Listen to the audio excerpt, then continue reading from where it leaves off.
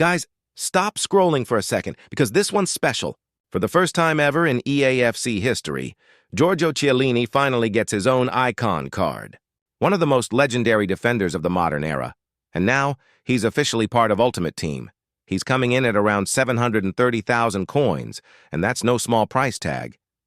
But when you look at what he brings to your defense, it starts to make sense. Standing 1.87 meters, left-footed, with the defender plus roll and gold Bruiser playstyle, this man was built to destroy attackers. His pace at 78 isn't slow for a center back, especially early in the game.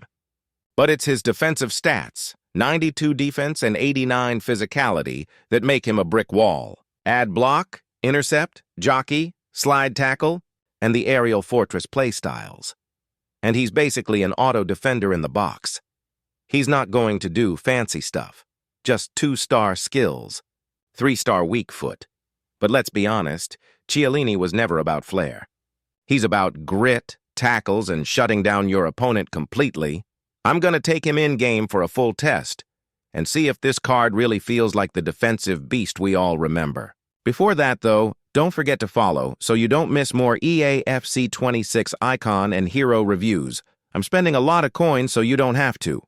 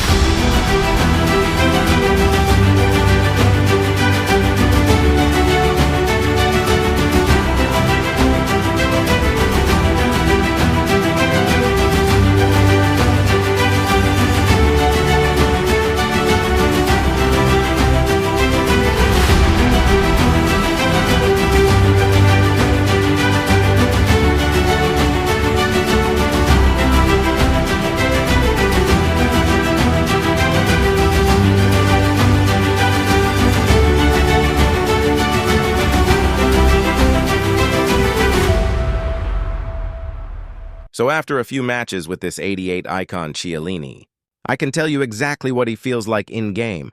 And honestly, he's everything you'd expect from the Italian wall himself. Let's start with the positives. First of all, his defending is absolutely insane. Every tackle feels powerful and perfectly timed, and with the block, bruiser, and intercept play styles, he's nearly impossible to get past one-on-one. He reads the game perfectly, positions himself exactly where you need him, and those last-ditch tackles? They're pure Chiellini, strong, aggressive, and always clean.